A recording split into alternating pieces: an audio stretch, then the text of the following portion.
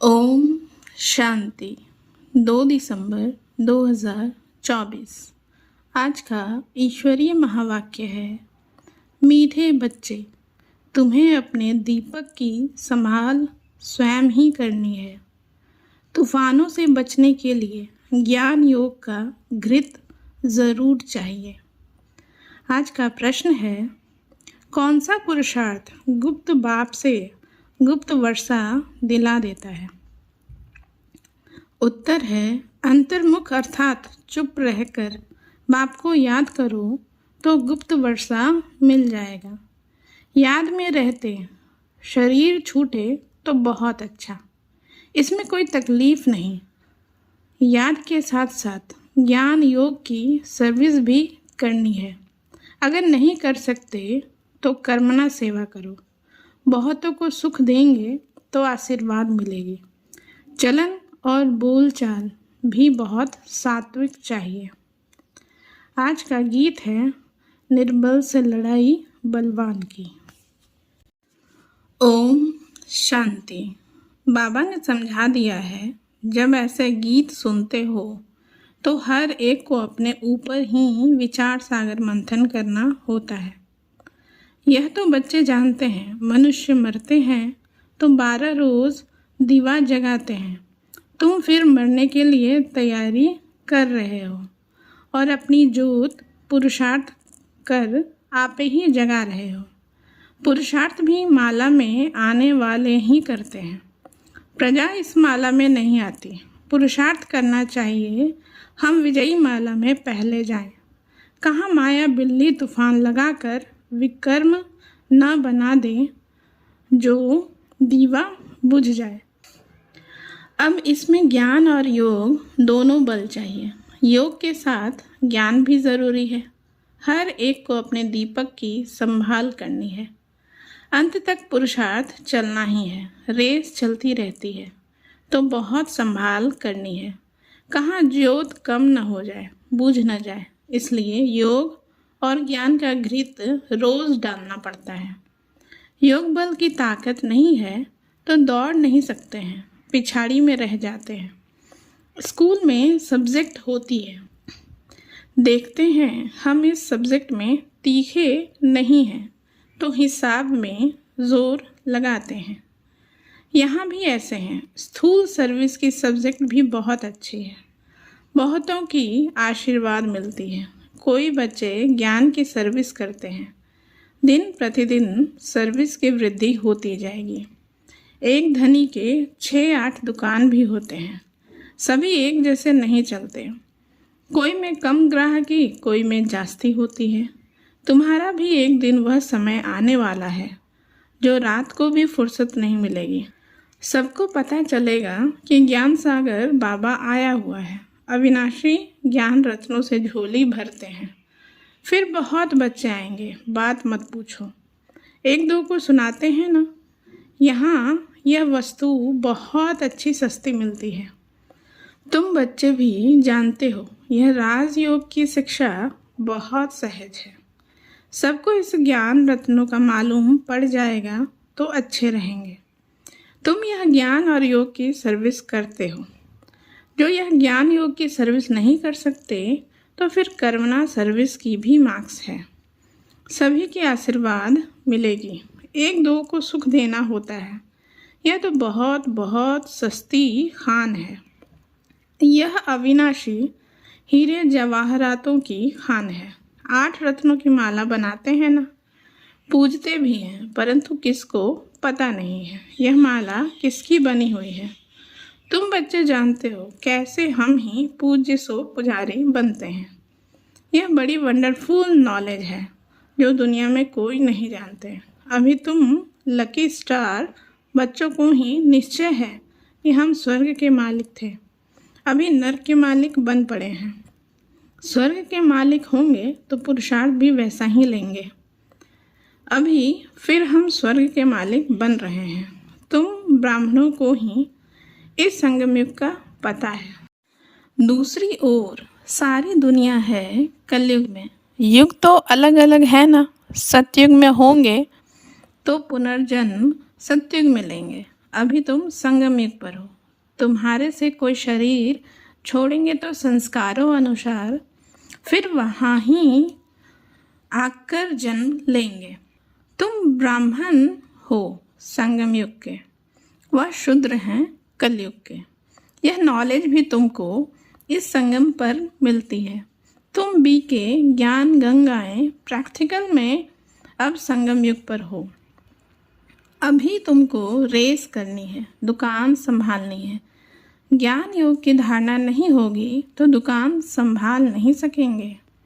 Service का उजूरा तो बाबा देने वाला है। यज्ञ रचा जाता है तो किस्म किस्म के ब्राह्मण लोग आ जाते हैं। फिर किसको दक्षिणा जास्ती, किसी को कम मिलती है। अब यह परमपिता परमात्मा ने रुद्र ज्ञान यज्ञ रचा है। हम हैं ब्राह्मण। हमारा धंधा ही है मनुष्य को देवता बनाना। ऐसा यज्ञ और कोई होता नहीं। जो कोई कहे कि हम इस यज्ञ से मनुष्य से देवता बन रहे हैं, अब इसको रुद्र ज्ञान यज्ञ अथवा पाठशाला भी कहा जाता है। ज्ञान और योग से हर एक बच्चा देवी देवता पद पा सकता है। बाबा राय भी देते हैं, तुम परम धाम से बाबा के साथ आए हो। तुम कहेंगे हम परम धाम निवासी हैं। इस समय बाबा की मत से हम स्वर्ग की स्थापना कर रहे हैं।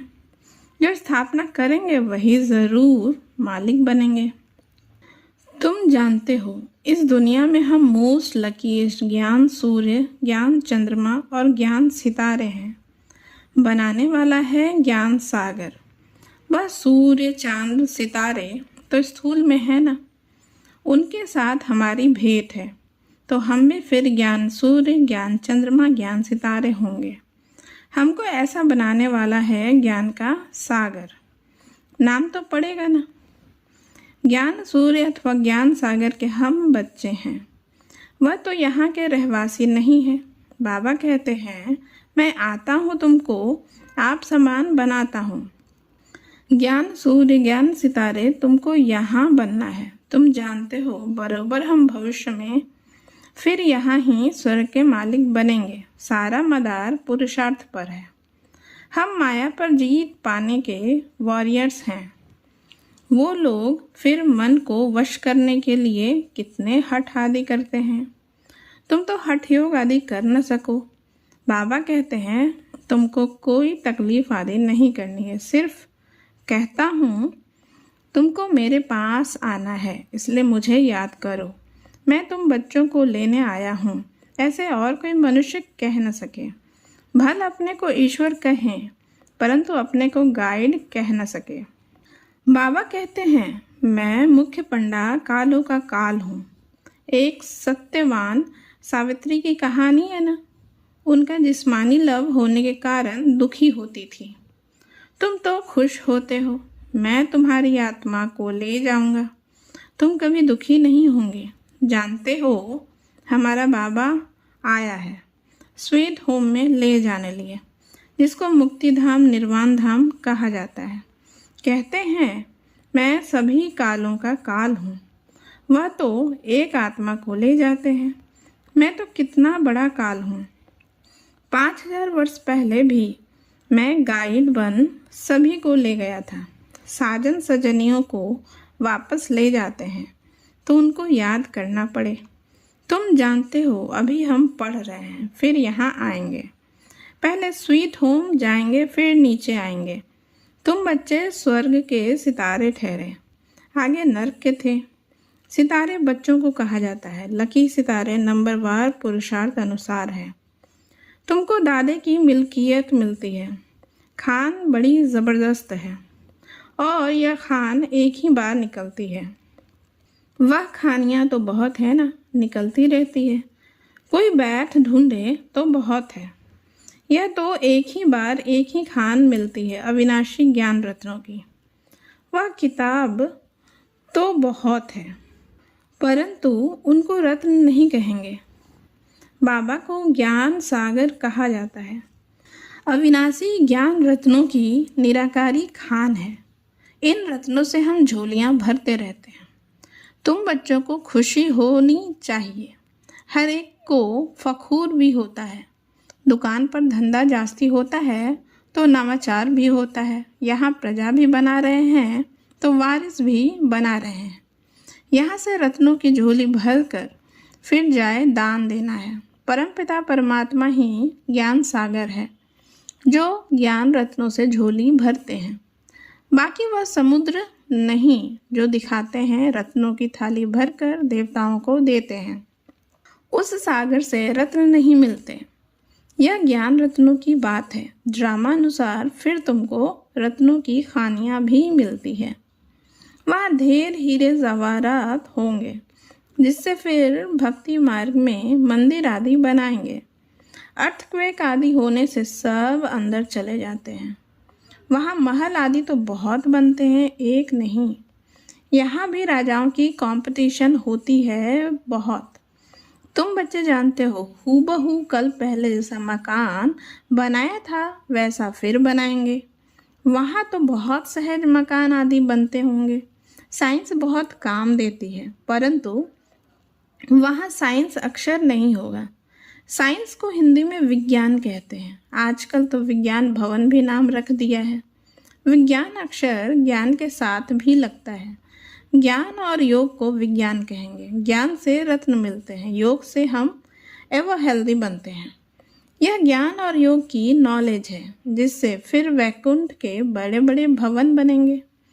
हम अभी इस सारी नॉलेज को जानते हैं। तुम जानते हो हम भारत को स्वर्ग बना रहे हैं। तुम्हारा इस देह से कोई ममत्व नहीं है। हम आत्मा इस शरीर को छोड़ स्वर्ग में जाकर नया शरीर लेंगे। वहाँ भी समझते हैं एक पुराना शरीर छोड़ जाए नया लेंगे। वहाँ कोई दुख व शोक नहीं होता। नया शरीर लें तो अच्छा ही है। हमको बाबा ऐसा बना रहे हैं जैसे कल पहले भी बने थे। हम मनुष्य से देवता बन रहे हैं। बरोबर कल पहले भी अनेक धर्म थे। गीता में कोई यह नहीं है। गाया जाता है आदि सनातन देवी देवता धर्म की स्थापना ब्रह्मा द्वारा। अनेक धर्मों का विनाश कैसे होता है सो तुम समझा सकते हो। अब स्थापना हो रही है। बाबा आए ही तब थे जब देवी देवता धर्म लोप हो गया था। फिर परंपरा कैसे चला होगा वह बहुत सहज बातें हैं। विनाश किसका हुआ? अनेक धर्मों का। तो अभी अनेक धर्म है ना। इस समय अंत है। सारा ज्ञान बुद्धि में रहना चाहिए। ऐसे तो नहीं, श्री बाबा ही समझाते हैं। क्या यह बाबा कुछ नहीं बतलाते? इनका भी पाठ है। श्रीमद् ब्रह्मा की भी गाई हुई है। श्री कृष्ण के लिए तो श्रीमद् कहते नहीं। वहाँ तो सब श्री हैं। उन्हों को मत की दरकार ही नहीं। यहाँ ब्रह्मा की भी मत मिलती है। वह तो यथा राजा रानी तथा प्रजा सभी को श्रेष्ठ मत है। जरूर किसने दी होगी। देवताएं हैं श्रीमत वाले। श्रीमत से ही स्वर्ग बनता है। आसुरी मत से नरक बना है। श्रीमत है शिव की। यह सब बातें सहज समझने की हैं। शिव बाबा की यह सब दुकान है। हम बच्चे चलाने वाले हैं। जो अच्छा दुकान चलाते हैं उनका नाम होता है। हूबहू जैसे दुकानदारी में होता है, परंतु यह व्यापार कोई बिरला ही करे। व्यापार तो सभी को करना है। छोटे बच्चे भी ज्ञान और योग का व्यापार कर सकते हैं। शांतिधाम और सुखधाम, बस बुद्धि में उनको याद करना है। वो लोग राम राम कहते हैं। यहाँ चुप होकर याद करना है, बोलना कुछ नहीं है। शिवपुरी विष्णुपुरी बहुत सहज बात है। स्वीट होम स्वीट राजधानी याद है। वह देते हैं स्थूल मंत्र, यह है सूक्ष्म मंत्र, अति सूक्ष्म याद है। सिर्फ इस याद करने से हम स्वर्ग के मालिक बन जाते हैं। जपना कुछ भी नहीं है, सिर्फ याद करना है। आवाज़ कुछ नहीं करना पड़ता। गुप्त बाबा से गुप्त वर्षा चुप रहने से, अंतर्मुख होने से हम पाते हैं। इसी ही याद में रहते शरीर छूट जाए तो बहुत अच्छा है, कोई तकलीफ नहीं। जिनको याद नहीं ठहरती वह अपना अभ्यास करे। सभी को कहो बाबा ने कहा है मुझे याद करो तो अंतमति सो गति। याद से विकर्म विनाश होंगे और मैं स्वर्ग में भेज दूंगा। बुद्धि योग शिव बाबा से लगाना बहुत सहज है। परहेज भी सारी यहाँ ही करनी है। सतो प्रधान बनते हैं तो सभी सात्विक होने चाहिए। चलन सात्विक, बोलना सात्विक, यह है अपने साथ बातें करना। साथी से प्यार से बोलना है। गीत में भी है ना, पीहू पीहू बोल सदा अनमोल। तुम हो रूप बसंत, आत्मा रूप बनती है। ज्ञान का सागर बाप है तो ज़रूर आकर ज्ञान ही सुनाएंगे। कहते हैं मैं एक ही बार आकर शरीर धारण करता हूँ। यह कम जादूगरी नहीं है। बाबा भी रूप बसंत है, परंतु निराकार तो बोल नहीं सकता, इसलिए शरीर लिया है। परंतु वह पुनर्जन्म में नहीं आता है। आत्माएं तो पुनर्जन्म में आती हैं। तुम बच्चे बाबा के ऊपर बलिहार जाते हो तो बाबा कहते हैं फिर ममत्व नहीं रखना, अपना कुछ नहीं समझना। ममत्व मिटाने के लिए ही बाबा युक्ति रचते हैं। कदम कदम पर बाबा से पूछना पड़ता है। माया ऐसी है जो चमाट मारती है, पूरी बॉक्सिंग है। बहुत तो चोट खाकर फिर खड़े हो जाते हैं। लिखते भी हैं बाबा माया ने थप्पड़ लगा दिया, काला मुंह कर दिया, जैसे कि 4 मंजिल से गिरा, क्रोध किया तो 3rd फ्लोर में गिरा। यह बहुत समझने की बातें हैं।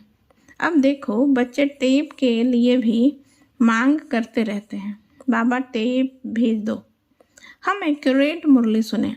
यह भी प्रबंध हो रहा है। बहुत सुनेंगे तो बहुतों के कपाट खुलेंगे, बहुतों का कल्याण होगा। मनुष्य कॉलेज खोलते हैं तो उनको दूसरे जन्म में विद्या जास्ती मिलती है। बाबा भी कहते हैं टेप मशीन खरीद करो तो बहुतों का कल्याण हो जाएगा। अच्छा, मीठे मीठे सिकीलधे बच्चों प्रति माता पिता बाप दादा का याद प्यार और गुड मॉर्निंग। रूहानी बाप की रूहानी बच्चों को नमस्ते। हम रूहानी बच्चों का रूहानी माता पिता बाप दादा को भी याद प्यार गुड मॉर्निंग, नमस्ते नमस्ते नमस्ते। थैंक यू बाबा, शुक्रिया बाबा।